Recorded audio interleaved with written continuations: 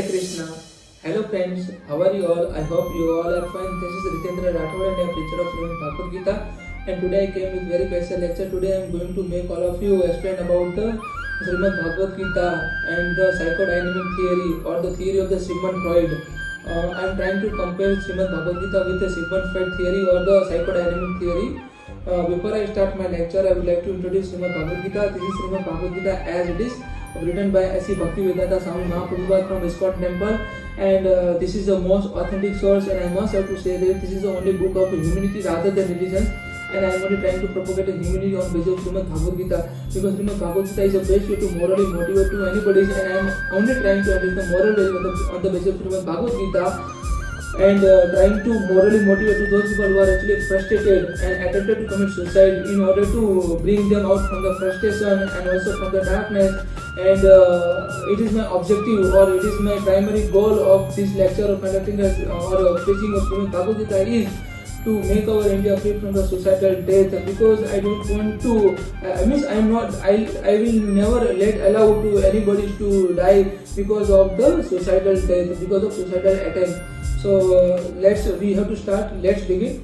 Shrimad Bhagavad Gita versus psychodynamic theory, the theory of the Sigmund Freud. Theory of the Sigmund Freud, or the theory of the psychodynamic theory, the psychodynamic theory, whatever we say. Similarity, there is a first similarity. Lord Madhav said, verse number 27, chapter number 3. Verse number 27, chapter number 3. Verse number 27, chapter number 3 of Shrimad Bhagavad Gita.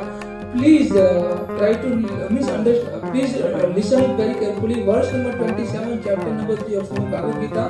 Chapter number 3 is totally on basis of the Karma Yoga. So in Karma Yoga, what Lord Krishna said? प्रकृतिः के क्रियामणि गुणा कर्माणि सर्वस्य अहंकार विमुक्तात्मा कर्ताहम् इति मान्यते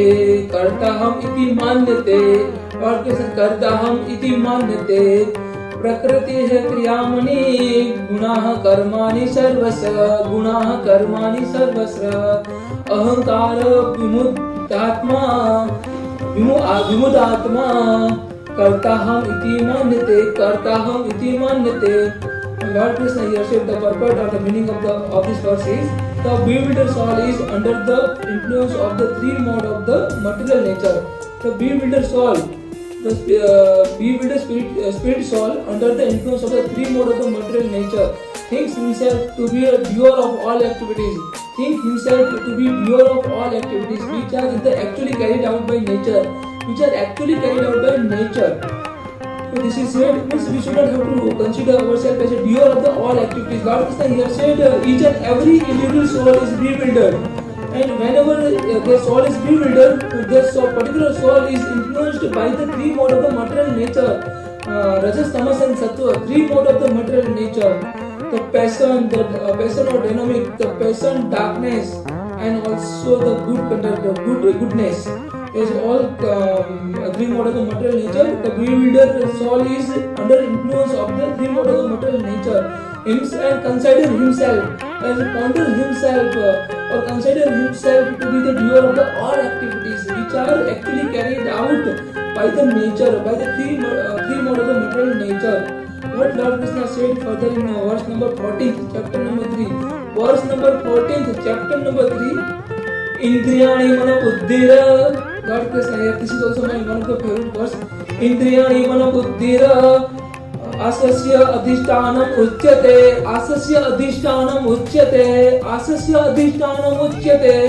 itira vimohante esa jananam avratam dehinam.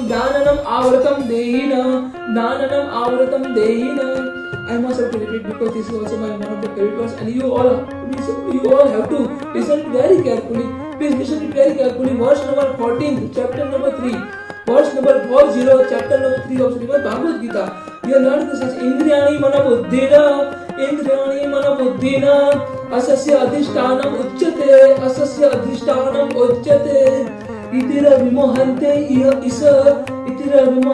isa Nanam avratam dehinam. Our knowledge has been covered by the physical three modes of the material nature.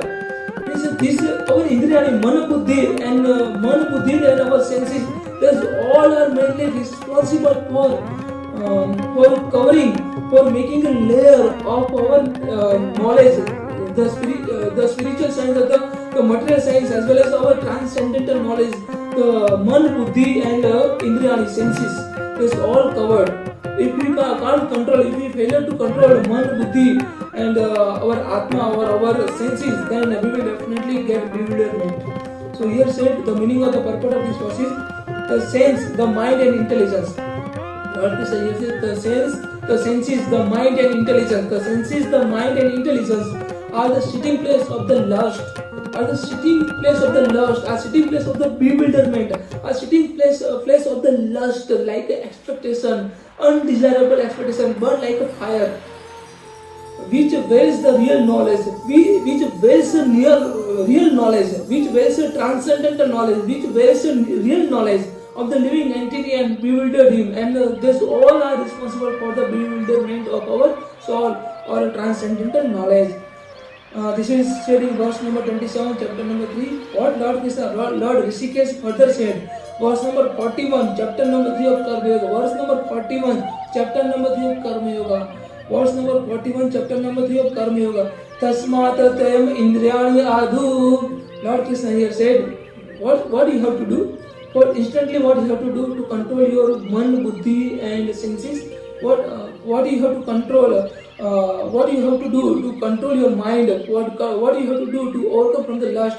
Lord Krishna here said, tasmadam tvayam indriyani adu niyamaya bharata bhasa papa nama prajahi he inama jnana vijnana nasanam. If you fail to control your senses, your intelligence and your mind, then what will happen?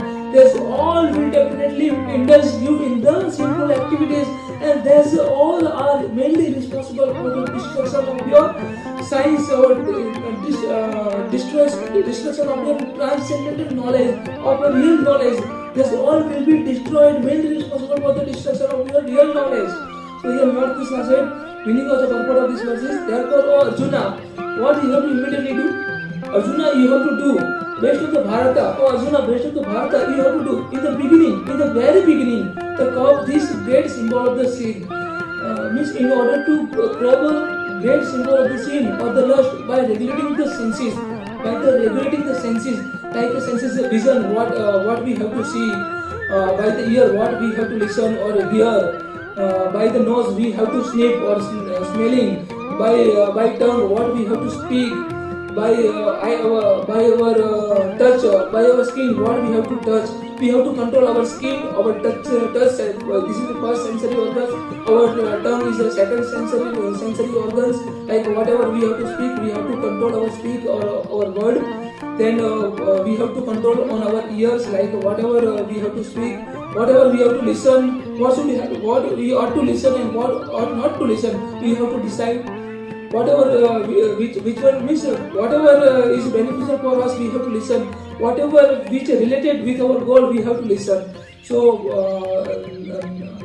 then eyes, whatever we have to vision, we have to control. So five sensory organs we have to control. Lord Krishna here said, Indriyani paraniya ahara indriyasya pranam mana manasatu para buddhira yo buddha parasatasatu saha. Lord Krishna here said, this is verse number 42. Lord Krishna here said,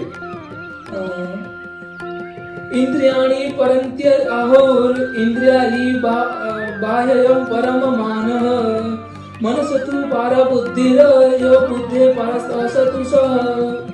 Working senses are superior to the dull matter. Working senses are superior to the dull matter. Mind is higher than the senses. Our mind is higher than the senses. And intelligence is still higher than the mind. And our intelligence is still higher than the mind. And the soul is even the higher than the intelligence. So ultimately, our soul is higher than anybody's. So we have to control. The mind is higher than the senses. Intelligence is higher than the mind. Senses, what soul come first? then what come? The intelligence come, then mind, then what come? Then our senses come, then also mind. And first comes the soul. We should have to control our soul. We should have to control our sensory organs. Then we will definitely control our mind.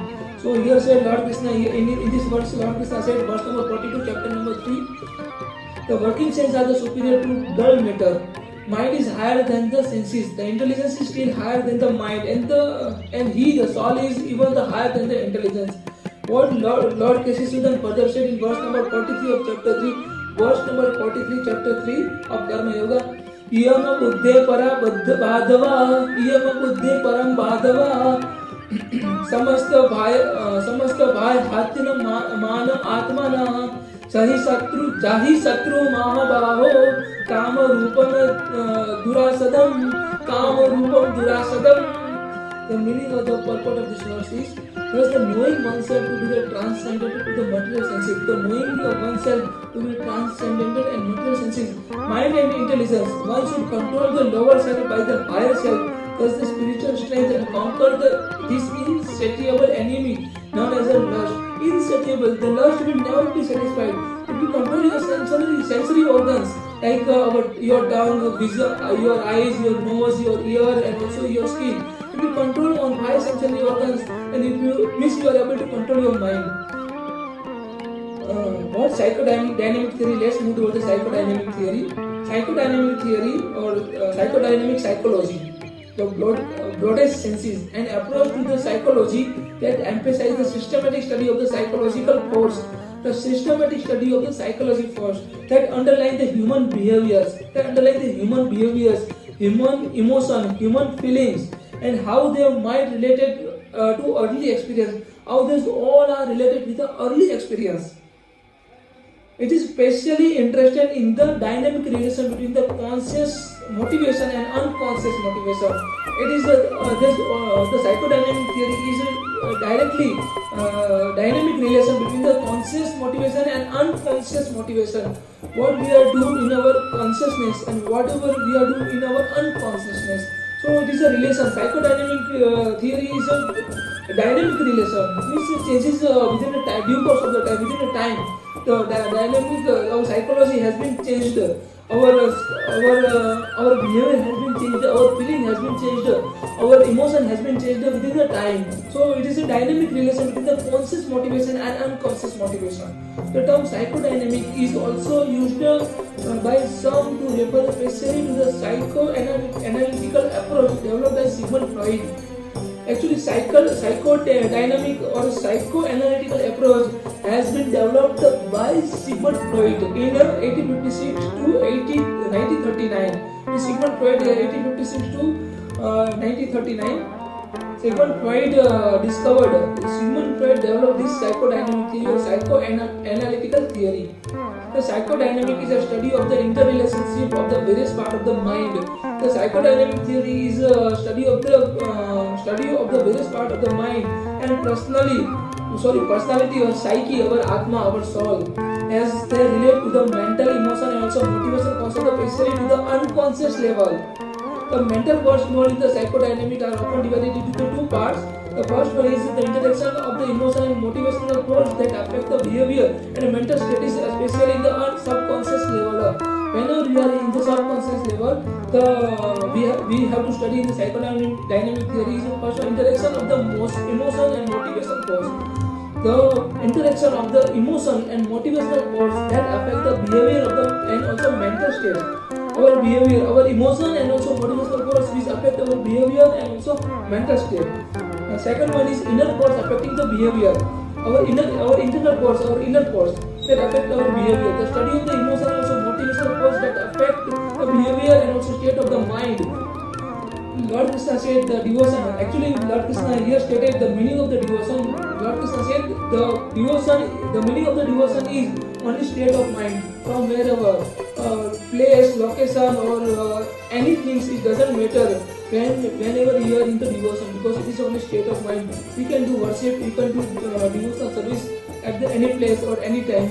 It is not fixed or anywhere, any part of this nation or any part of this material world. You can indulge yourself in the devotional practices. It is only state of mind. This is second one. Then what is psychodynamic theory actually? So what is the meaning of the psychodynamic theory? Psychodynamic study the transformation and the access of the psychic energy within the personality, our psychic energy, or our the soul energy, our internal energy, which is within our personality. It is only study of our psyche energy, or our soul or internal energy within the personality. The psychodynamic, I must have repeated, the psychodynamic studies the transformation and access of the psychic energy within the personality. The focus of the psychodynamic is the connection between the energetics of the emotion states. Connection between the energetics of the emotion state in the ego, super ego, and in the at the low level ego and also super ego. There is two types of egoism. The first one is the low level ego, very primary level ego, and second one is the super level ego or super ego. As the related ego, early childhood development and processes, there's our ego, our low level ego and also super ego. There's both has been developed from our childhood and also from our adulthood. Psychodynamic subsequently attempt to explain or interrupt the behavior or the mental state in the terms of the innate emotional process of the processes. Like our emotional processes, our emotional course, our behavior, our state. The psychodynamic is only studying of our emotion, our behavior, our mental state, and our controlling the mind. What is the process to control the mind? It is similarly said in Shrimad Bhagvad Gita about how to control your emotion, how to make yourself equipoise in all conditions. That's what Lord Krishna said. Sukha dukhe samay kritva labha labho jaya jayo tato yodai yujasva nevam papam mavapsasi. Here Lord Krishna says, Sukha dukhe samay kritva, whether there is a happiness or there is a sadness or there is a supreme destroy or supreme miseries, you have to keep yourself equipoised in your both conditions equally without making any kind of disturbance, or equipoised in both conditions. There's all our due course of the time, like summer and winter coming, passing from the due course of the time, coming and also going. So you have to equipoised in the sukh or dukh, both like happiness and also distress. Sukh dukhe samay kritva labha labho jaya jayo, whether there is auspicious or inauspicious, whether there is a benefit or whether there is a merit or demerit. In both conditions you have to equipoised. Labha labho jaya jayo, there is a conquer or there is a supreme defeat. So you have to keep equipoised in all conditions, treat all people equally. And Tato Yodai Ujaswa, the person who is doing his deeds without making change in the happiness, distress, or whether there is a conquer or the supreme defeat, or there is an auspicious and inauspicious thing. The particular person who enters himself without making any kind of change, that particular person is eligible to get a supreme place, or eligible to get a salvation, and also make himself free from all kind of the sinful activities. Even though that particular person is indulged in the sinful activities or incur the sin, that particular person is not incur the sin. Even the sinful activities, that particular person is not incur the sin. So this is said in verse number 38 of chapter 2 of Shrimad Bhagavad Gita. Let's move to the final conclusion.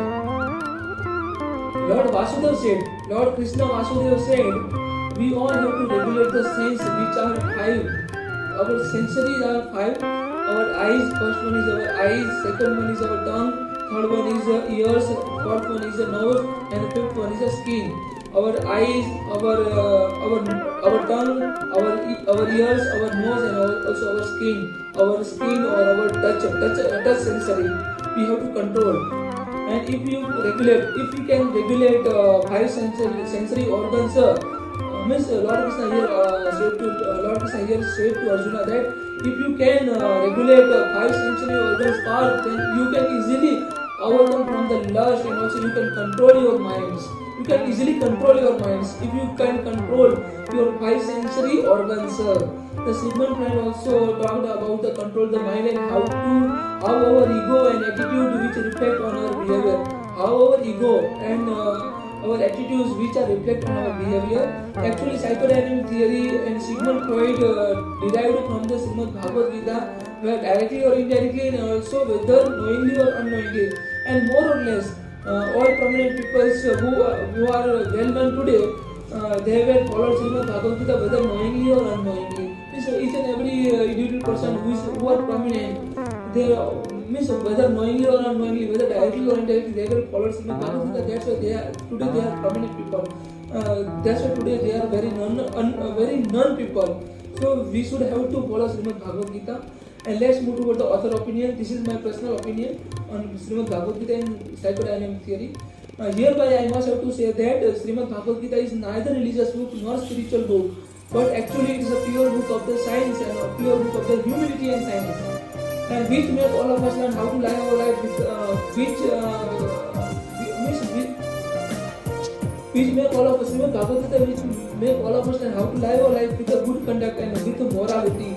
And Srimad Bhagavad Gita is based to morally motivate to anybody. Hence, it's my humble request to all of you, please read Srimad Bhagavad Gita and follow Srimad Bhagavad Gita in your daily life rather than put Srimad Bhagavad Gita into the temple and also worship. If you really want to respect Srimad Bhagavad Gita, if you really want to worship Srimad Bhagavad Gita, then follow Srimad Bhagavad Gita in your daily life. Follow the simple wishes and all Gita which are mentioned in Srimad Bhagavad Gita in your daily life, because it is very required. It is very required to add a moral value to society, to build your character and build your morality, to inspire you to indulge in the good conduct or good activities. God has said if something is good for the society, if something is good for others, then particular thing is also good for you part. So we should all have to we all have to indulge ourselves good things for the others, because if something is good for the others, then something is the particular thing is also good for all of us. So try to indulge good activities for the others, try to indulge in the good conduct or good virtues, and also adhere with the good virtues, and also adhere with the morality. So thanks for listening me. Hare Krishna. I hope you all understand. Hare Krishna. Thank you very much. Thank you.